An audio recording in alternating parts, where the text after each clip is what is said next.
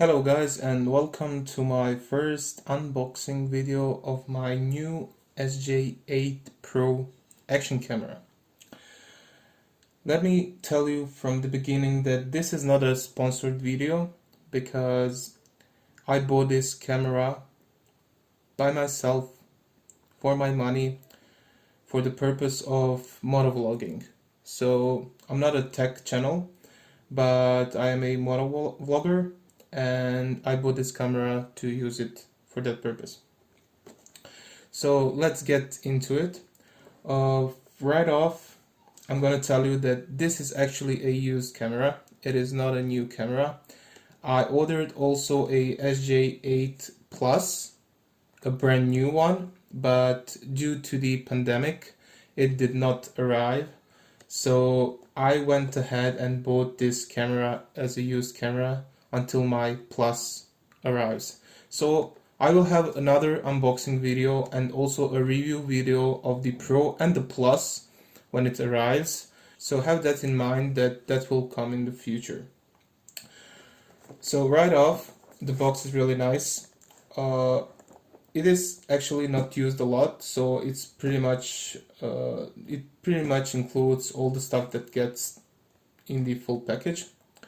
So this package includes the waterproof case, a lot of accessories, the bike stand, another cover for the camera, we'll get to that, a lot of double stick mounts for helmets and stuff like that, and the camera itself. So let's jump into it.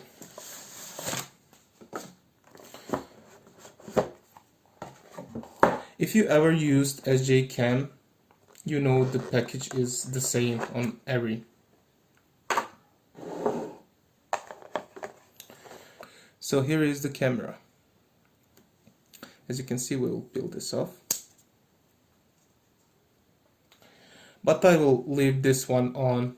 I just love the extra protection of that. What I actually did on this one, I switched the back door to the touchscreen door. What this means is that this camera is now, you are able to operate the touchscreen without removing the camera from the case or opening the case, but you will lose the waterproof ability drastically. So before this, it was waterproof. I mean, with the other door, it is waterproof to up to 30 meters, but with this one, it's only 3 meters. I will peel this off.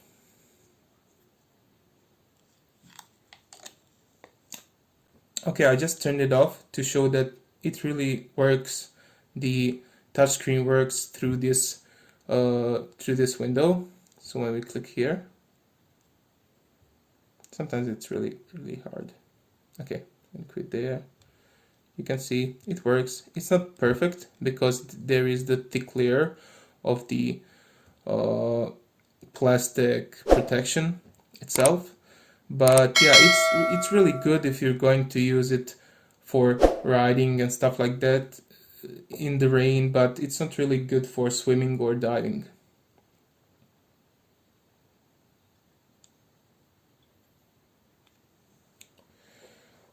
So right now I will open the case and get the camera out.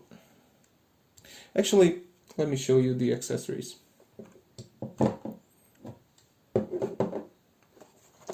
So here we have a lot of accessories. There's the second door. I will put that on later.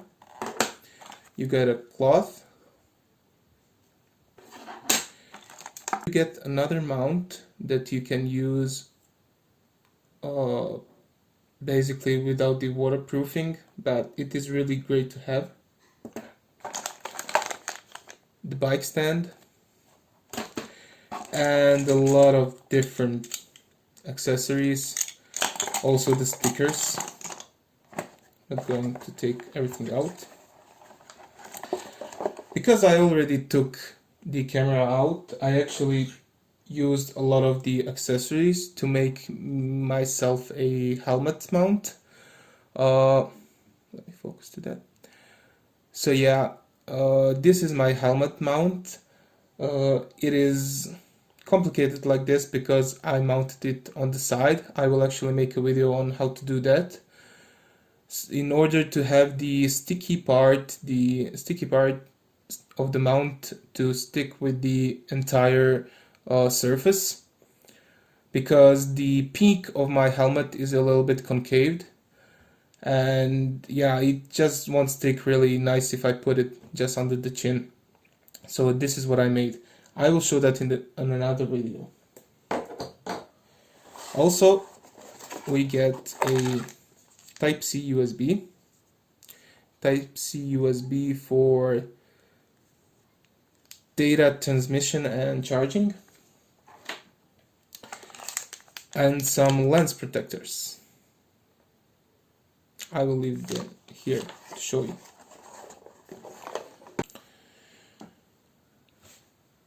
Okay, since we have that everything sorted, we can take the camera out of this case. If you used SJCam before, I have a SJ5000, and they are the same in opening this case, even though the cases are different, a lot of different, but the same technique applies to opening the case. You pull this lever and you pull the back side. Now you can open the case like this, and believe me, it pops out. So here is the camera. The camera itself is really nice and really, it has a quality touch to it. It has a front display, and also this camera, I don't know if the original, like if you get this with out of the package, but the previous owner, I think, applied a screen protector. It's like a thin glass layer. That's really awesome to have. On the left side you have a Type-C plug, so you can transfer the data and recharge. And the thing I really don't like on this camera is where is the memory card placed. It's under this lid. I think that it's the worst place to put a micro SD. So you have to take the battery out, and then you can pop out the micro SD. I am actually using a Lexar micro SD card, 64 gigabytes, and it's capable of shooting 4K. So that's nice to have. So it clicks in. We put the battery back in like that. Yeah. The awesome thing that this camera has is the threads for threading it to mount without any case. This is something new I see on SJCams, because I have a older SJ5000 as I mentioned, and it does not have this. So it's a cool feature. You have two buttons on this camera. Here is the power button on the right side and a command button on the top. So let's power it on. Okay, powered on. Boots pretty quickly. You can see it's really quick. The processor is really nice on this one. So right here you have a touchscreen. When you swipe from the top to the bottom like this, you will open the menu for FPV, Wi-Fi and remote control. I actually even bought the remote control because the previous owner had it. So I will show that later on. After that you have settings. You have Wi-Fi frequency of 5 GHz and 2.4. Here you can set the Wi-Fi, you can set numerous other things, you can switch on off the front display. I just love to have it on because when I'm on my bike and I look into my mirrors, I can see if I'm recording or not. So external microphone, it has support for external microphones, for gimbals, and there's just a lot of things. I'm not going to go over everything. User interface, there are two. There is the classic, which I don't like. It looks like this. And there is the SJCam, which I really like. It's with the icons. So you have enhancements for the videos. You have the gyro stabilization. Have in mind that the gyro works on full HD, 60 FPS, on 2.7K 38 FPS, 4K 30 FPS. So it does not work on every resolution, and I think it's enough to have on those. You can set up a lot of settings in this menu. What is really nice to have on the camera is the encoding H.265. So it has both the H.264 and 265. And there is a lot of stuff you can set here. And on this one, you can set the actually resolutions you want to record in. I will use most likely on my videos that will come the 2.7K on 30 FPS. It has the image stabilization, and actually my computer can process it. I tried using 4K, but my computer just can't process the 4K resolution. So I will use this one most likely. Enough about the resolutions and stuff like that. I'm going to show you how to hook up the remote of the SJCam to the camera. Let me get it. So here is the remote watch for the SJCam, and as you can see, it's almost new. Let me open it.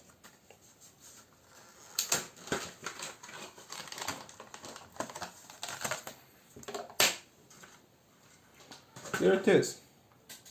So hooking up this watch to the camera is really simple. You go to the camera,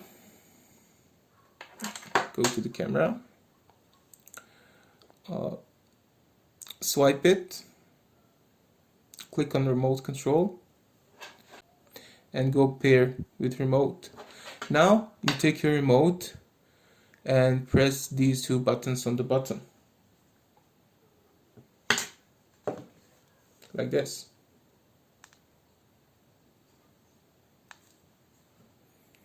And the pairing is complete. So now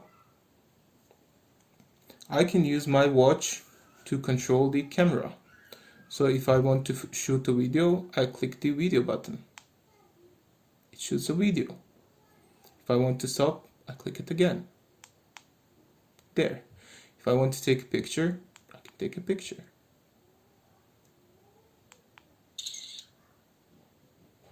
Took a picture. Another one. So if I want to get back to shooting videos, I can do that. Here. It's shooting video. And you can see on the front screen that it is actually shooting a video. It tells you the battery status, it tells you the resolution of the video, and how much it's shooting. So it's really nice. The front display. Oh, I can't focus it.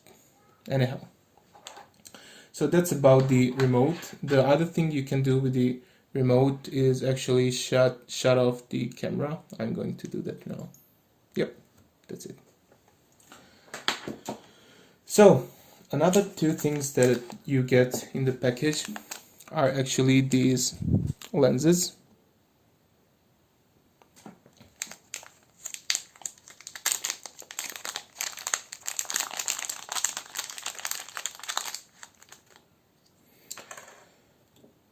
they are actually lens protectors. So you have a transparent one that you can use it with the camera like that, and you have a black one to use it for protection during transport and stuff like that.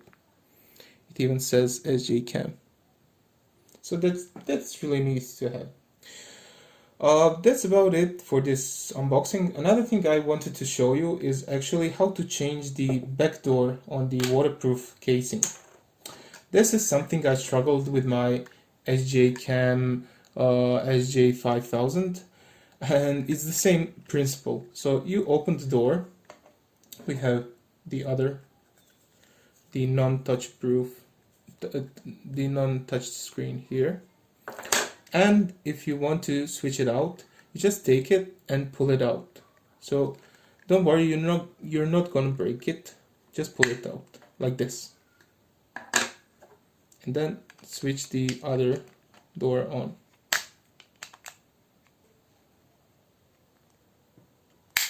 Yep, there it is. Now you switch the doors, and now it's waterproof up to 30 meters.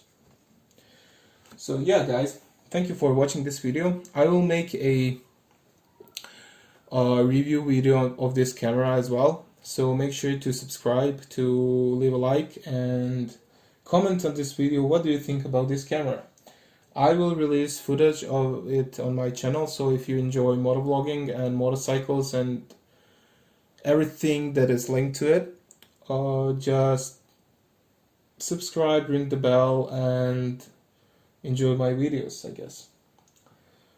So, yep, thank you guys. Bye bye.